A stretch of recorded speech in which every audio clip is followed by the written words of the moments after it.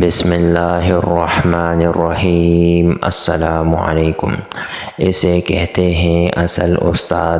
ایک بوڑھا آدمی ایک نوجوان سے ملا۔ نوجوان نے پوچھا، کیا آپ کو میں یاد ہوں؟ بوڑھا کہتا ہے کہ نہیں۔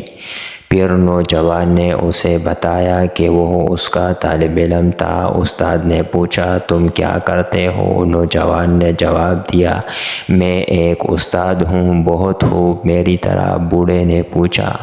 ہاں، در حقیقت میں ایک استاد بن گیا کیونکہ آپ نے مجھے اپنے جیسا بننے کی ترغیب دی تھی، نوجوان نے بتایا۔ بوڑھا متجسس ہوا، نوجوان سے پوچھتا ہے کہ اس نے استاد بننے کا فیصلہ کس وقت کیا؟ نوجوان نے اسے مندرجہ ذیل کہانی سنائی کہ ایک دن میرا ایک دوست جو ایک طالب علم بھی ہے آپ کا، ایک اچھی نئی گھڑی لے کر آیا اور میں نے فیصلہ کیا کہ مجھے یہ چاہیے۔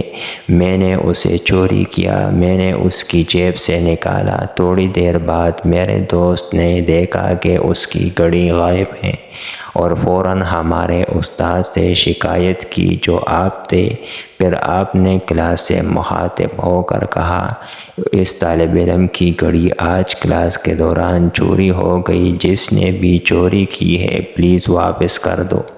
میں نے اسے واپس نہیں کیا کیونکہ میں نہیں چاہتا تھا۔ آپ نے دروازہ بند کر دیا اور ہم سب کو کھڑے ہو کر ایک حلقہ بنانے کو کہا۔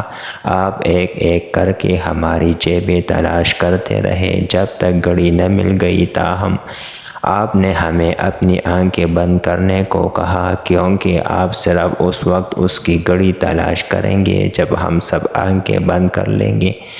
ہم نے ہدایت کے مطابق کیا۔ آپ نے ہر جیب چیک کی، ہر طالب علم کی، اور جب آپ نے میری جیب چیک کی تو آپ نے گھڑی پائی اور لے لی۔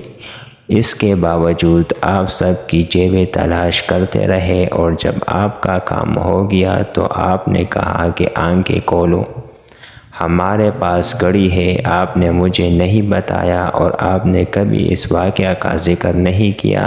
آپ نے کبھی نہیں کہا کہ گھڑی کس نے چرائی ہے۔ اس دن آپ نے میری عزت کو ہمیشہ کے لیے بچا لیا۔ یہ میری زندگی کا سب سے شرمناک دن تھا، لیکن یہ وہ دن بھی ہے جب میں نے چور، برا آدمی وغیرہ نہ بننے کا فیصلہ کیا۔ آپ نے کبھی کچھ نہیں کہا، نہیں آپ نے مجھے ڈانٹا یا مجھے اخلاقیات کا سبق دینے کے لیے ایک طرف لے گئے۔ مجھے آپ کا پیغام واضح طور پر موصول ہو چکا تھا۔ آپ کا شکریہ۔